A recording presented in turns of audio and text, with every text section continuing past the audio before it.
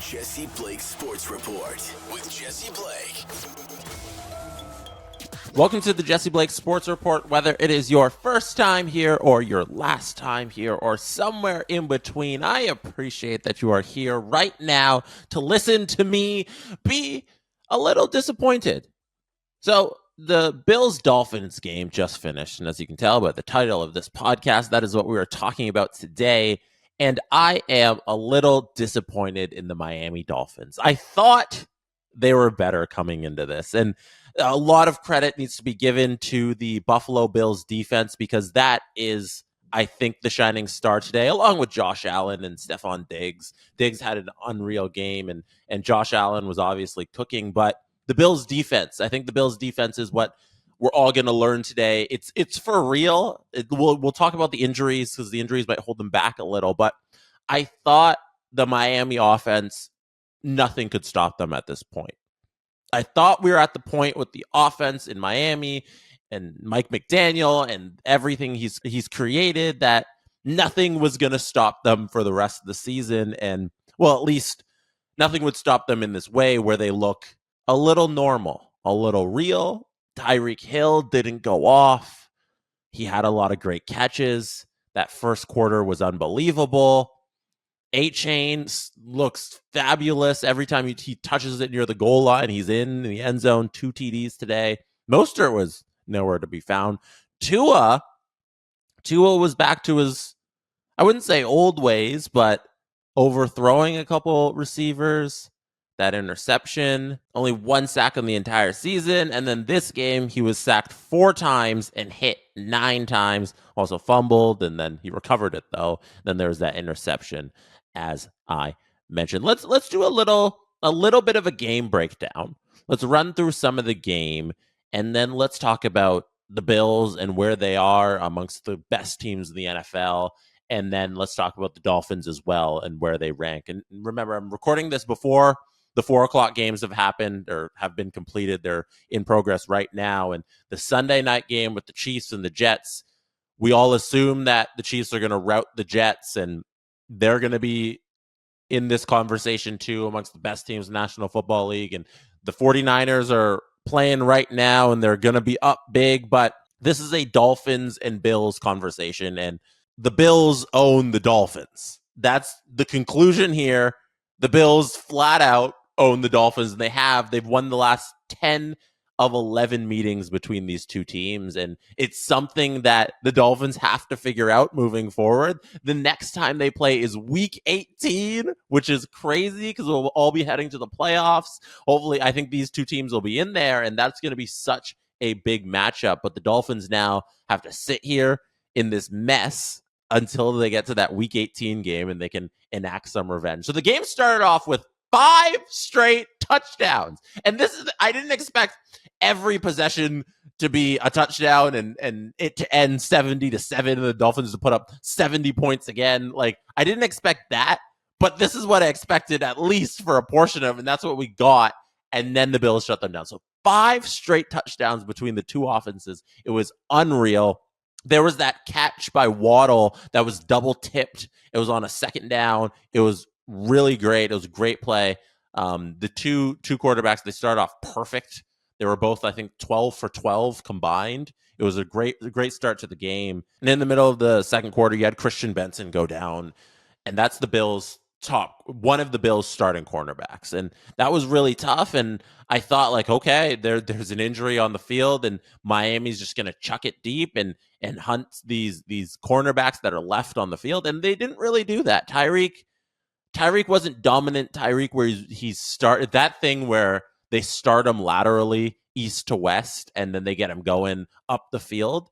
That's a Canadian football thing because in CFL, for my Canadians who know, and the American and international viewers who don't know, in the CFL, you can get started along the line of scrimmage if you're a wide receiver. You can just run forward before the play starts as long as you're not offside, as long as you don't pass the line of scrimmage. You can just get going before the play starts. And Miami's been doing that east to west where it's legal, but you can't get going north to south, north on the field because no point in running south.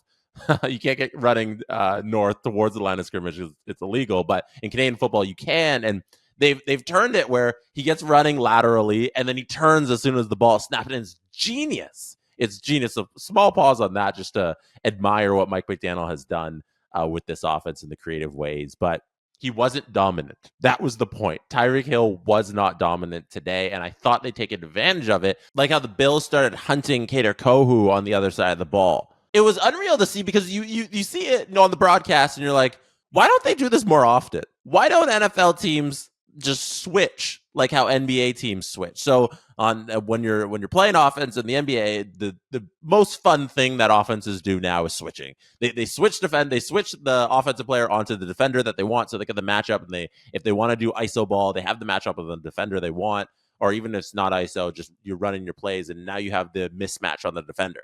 We saw the Bills do this with Kader Kohu, where they'd have Diggs switch onto him so that they have the matchup of Kohu and Diggs. It was genius to see, and McDermott deserves all the credit. Also, sidebar, this was the McDee's Bowl. Sean McDermott versus Mike McDaniel, the MCD Bowl, McDee's Bowl. Unbelievable.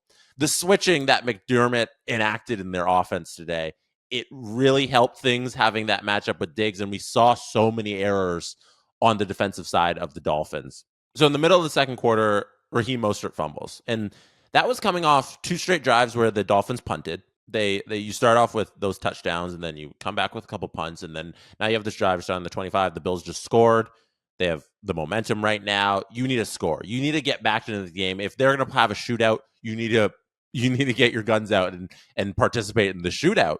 Raheem Mostert's fumble was so inexcusable. He comes off of a fumble in one of the previous drives where the Dolphins recovered it and he got away with it. And he has A-Chain right there next to him trying to steal his job. You fumbled once, you got away with it. You fumbled twice. Why should we trust you? And I feel like McDaniel wants to play A-Chain more, and if he's given any excuse to do it, he's going to do it. And you saw it in this game. And I feel bad for Raheem Mostert because it's your job to start the year, and he's playing so well, and he got a bunch of TDs in the last game, but A-Chain also got a bunch of TDs, and he's been kind of one-upping him because he's a little faster, and he's extremely fast, but that fumble, that's a backbreaker for him and his roles with the Dolphins. And in terms of the game, like from there, it was such a turning point. There was I don't think it was ever close from that point on. The Bills got a field goal from that fumble, and it directly led to 3 points on the Bills side, that fumble by Mostert. And then you come out in the third quarter, and there's a great touchdown by Miami, like great start to the second half. You get a quick TD, and then the Bills come back with a field goal, and then the interception by Tua. It was a rough interception because it was overthrown.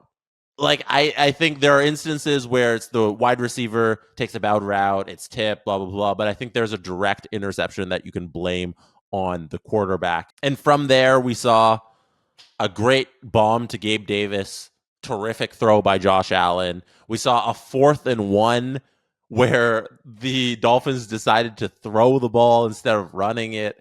You have A-Chain, and he's been so great at the goal line. It's this very similar situation. Why not try and run a play with him, get that extra 1 yard? The Dolphins decide to throw it. It does not go well. Tua gets sacked on that 4th and 1, and credit to the Bills D, as I spoke about. And later in this game, we see Tre'Davious White go out for the Bills, which is just huge. When you already have one of your starting cornerbacks missing, Tre'Davious White's probably the best one. And he's coming off an ACL injury, I believe, that held him out until the final 6 games of last season. And he played those, and he was fantastic in the playoffs. And then he comes this season, back healthy after missing all of that time previously. They're saying it's some sort of Achilles injury. They don't have the final reports yet about what he has, but it looks like a terrible Achilles injury. And any non-contact injury is so devastating. When you see an NFL player just running or making a move and nobody touches them and they come up limping, that is never a good sign. And Tre'Davious White is one of their best cornerbacks, as I said, and having him out is it's going to be rough for the Bills. Tony Romo said something interesting towards the end of the game when he was talking about how the regular season is all just a marathon to get ready for the final weeks of the season so that you're peaking in weeks 15, 16, 17, and 18. and then going into the playoffs, you're playing your best football. That's what the regular season is about. It's you got to rack up enough wins to get into the playoffs, obviously, and you want things like home field advantage, and you want to stay healthy, but you need to be playing your best football come week 18. That's what's important when you're getting your team ready for the playoffs, and when you're a good team and you're competing for the Super Bowl, when you have Super Bowl expectations. That's what it's about. You're not trying to be the best team in week 3. And it's so interesting to watch these first 4 weeks and reacting to them, and trying to place where these teams are, because all of this is going to fluctuate. And right now I'm looking at the teams, and I say, okay, we have the 49ers, we have the Eagles, the Bills, the Chiefs, the Dolphins, the Ravens, and the Lions. There's 7 really good teams.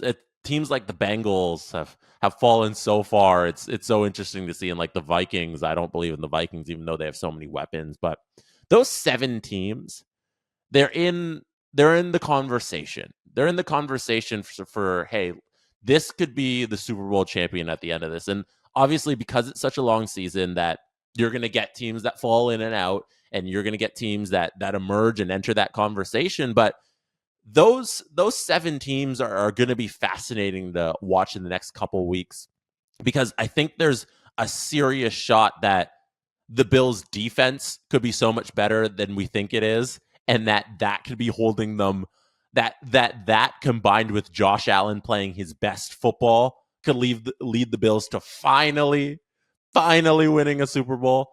The Dolphins are probably dropping very hard to the bottom of that tier because of what we saw today in this game.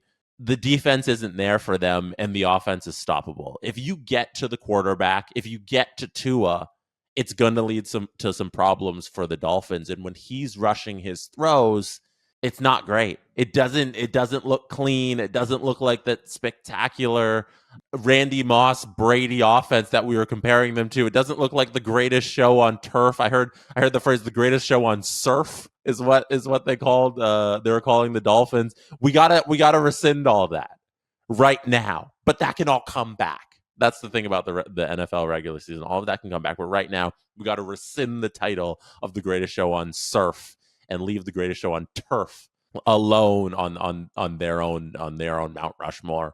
I think the Eagles and the 49ers are at the top of that tier because they're in a class of their own right now in the NFC. The Lions are so interesting because you have a team and you're like, okay, they haven't done it before, so we don't know if they can do it, but they've been hot since last season. They've been hot since starting slow last season. They've been great, and there's a lot of pieces that have come in and out, but the Lions could be really good. And the Ravens went up against the best defense in the National Football League and the Cleveland Browns, and they showed them that, hey, you got holes too, so you always can't count out them with Lamar. And the way that offense is rolling, Lamar looks fantastic. At the end of the day, I'm happy for Bills fans because all the talk all offseason was about the Bills window closing. And it's a good reminder that the Bills are one of the best teams in the league. They're not really going anywhere. Their window is still wide open because they have Josh Allen, a terrific defense, and Stephon Diggs, and Gabe Dave looks to be emerging in his long bomb role. Like, the Bills are good, and they're going to be good for a little bit while longer here, and they're definitely a Super Bowl contender, and I'm happy that Bills Mafia gets to continue this window of possible Super Bowl success one of these days. And in terms of what's happening, where I tell you what's happening on SDPN and you tell me what's happening in your life, I just want to shout out all of you who I saw in person on Friday in St. Catharines, Ontario, Canada, at the Course and the Clubhouse. It was so great. We had a Steve Dangle podcast live event. It was so great meeting you. You can watch back our live event on YouTube or on the Steve Dangle podcast podcast feed. Search that up on your favorite podcast app, or go to youtube.com/sdpn, and you can see it all there. The show was so much fun, and the thing you don't see in the show when you watch back that video or listen back to it is the time we spent afterwards meeting all of you and how amazing you were to take pictures with and shake hands, and the few of you who brought gifts. It's so much fun putting a face to the view counter or the listener number that you get pumped out of Spotify or Apple or on YouTube. And there's actual people on the other end of the screen of the internet watching this back. And it's always great meeting you guys. And it's an incredible experience. And it's so cool. And I hope we get to do so many more of that in the next little bit. So yeah, that's it for me today. That's the Jesse Blake Sports Report, brought to you by Jesse Blake and the fine folks at SDPN. I am your host, Jesse Blake. Thank you for being here. You could have been anywhere in the world, but you'll just be listening or watching this right now, and I appreciate you. I appreciate you for coming out and seeing us live. That is it. Good night from Toronto. And that is how it's done. The Jesse Blake Sports Report with Jesse Blake. Jesse Blake, the guy that likes to hear his name twice in one sentence. Sure, I know him. No, he doesn't have an ego at all.